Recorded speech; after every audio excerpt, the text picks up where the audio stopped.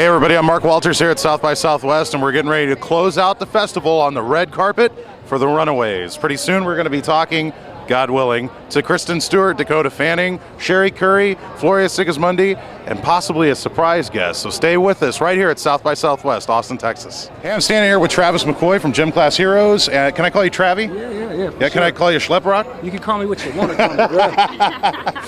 Now, Travis, I understand you are a big fan of the Runaways. You're a big fan of Joan Jett, Cherrie, sure. Currie. You're really looking forward to this one, I can't right? wait. I had a prior engagement that I kind of snuck away from to get here, so hopefully I won't get into too much trouble.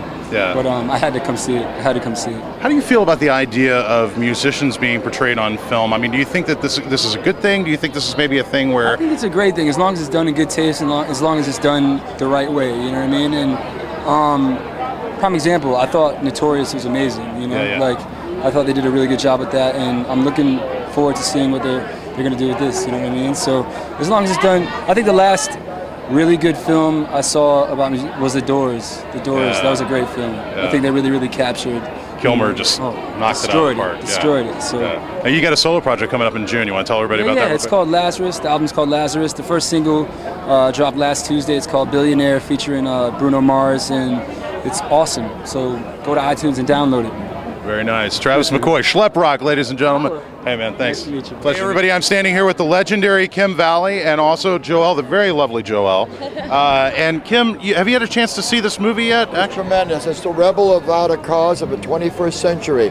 It's all types of sex, drugs, and rock and roll, so your whole family can be delighted and inspired to go crazy. You are played brilliantly by Michael Shannon. How did you feel about his performance, all the little nuances? I went to Denny's and we had a 5-hour meeting and I showed him how to eat with the fingers. Not your fingers, not mine. Okay. Now, if we had met back in the 70s, do you think I would have had that rock star quality? You would have been Meatloaf.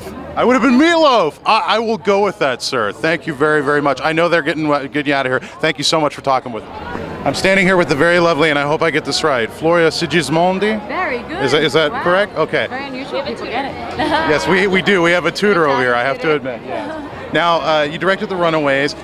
I really enjoyed watching this film because it almost felt like I was watching a documentary in a way, and I kind of got lost in the reality of it all.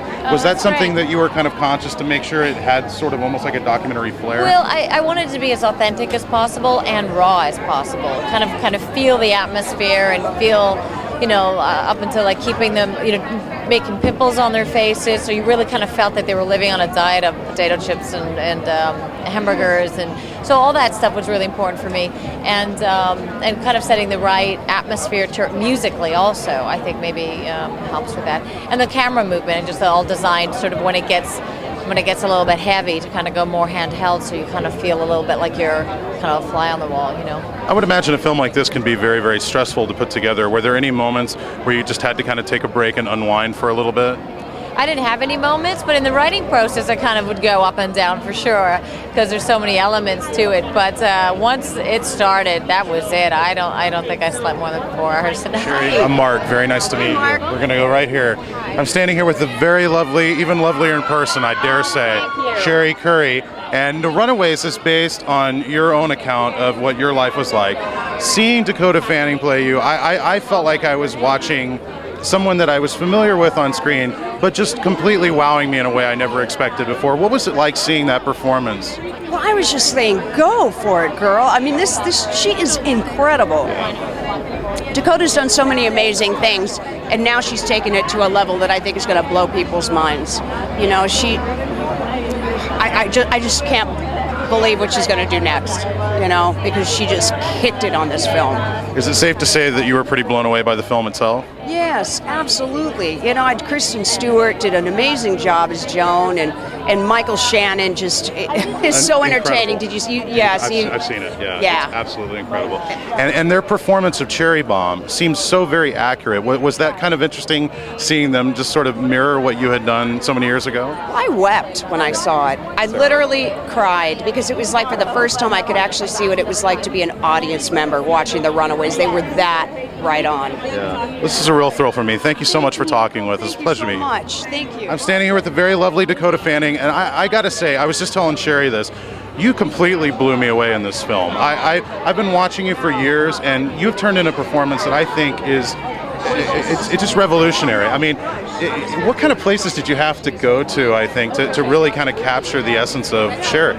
Yeah, I mean, you have to go pretty deep, and she's such a complex person, and I'm so lucky that I was the one that was able to play her and bring her story to life again. I don't think a lot of people are familiar with it, and I wanted people to be. Right. Did you have to, I mean, was there any moments that seemed kind of particularly dark, maybe like you were a little trepidatious to do?